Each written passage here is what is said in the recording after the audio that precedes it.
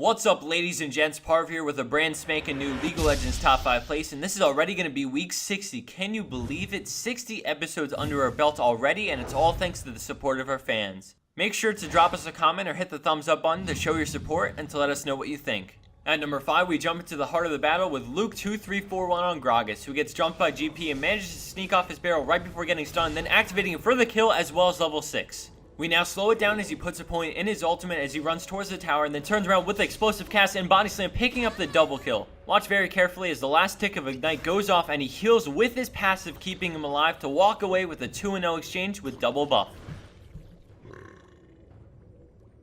Coming in at 4th place is M. Honcho on Shyvana, and right off the start we take a look at the team's scores and we can see how close the game is currently. After placing that award, she spots Baron at very low health and ults in, immediately smite sealing it as she fearlessly pursues the 1v4, and then the rest of her team comes in helping her clean up for the grand total 4-0 exchange and Baron steal. Truly a game-changing play. Scoring in at 3rd place, we have Hansel96 on Ahri, currently retreating away from 5 enemy players with their team. After Graves goes down, it comes down to a 2v5 as she tosses out her Q, hitting all of them as she decides to go in with her ultimate, dealing heavy split damage and picking up the amazing turnaround triple. She then kills GP for the quadrant. After some chasing, Taric lands the stun and she picks up the insane 2v5 ace. Ahri, she's so hot right now. At 2nd place, we have LeBlanc or AFK playing on none other than LeBlanc.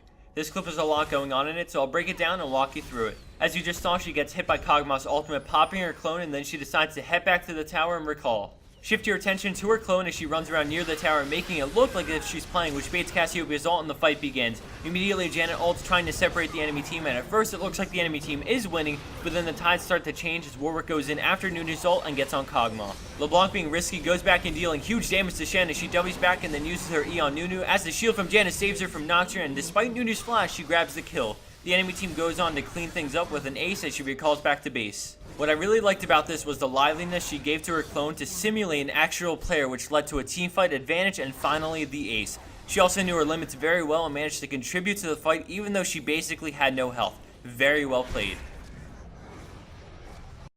And for our number 1 pro play for this week, we have Devil TJE93 on Nunu, but this play has a lot to do with the fantastic support from his team that makes it all possible.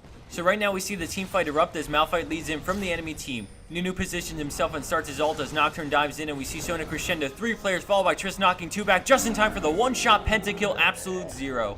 Let's watch that one more time as Nunu starts his ult and we see a beautiful crescendo from the friendly Sona on 3 players, and at the last second a knockback from Tristana's ult on Malphite and Nocturne for the pentakill. I've watched this clip over 100 times now and it has to be the best wombo combo I've ever seen.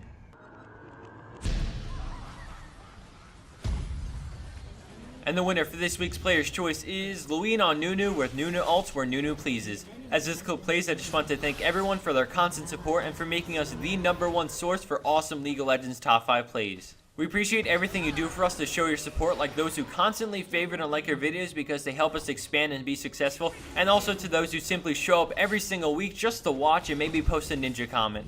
No matter what, you're here and that's all that matters. So thanks again for watching, we hope you enjoyed, and from everyone here with the Potato Monster crew, we wish you a wonderful week and we'll see you back here on Friday.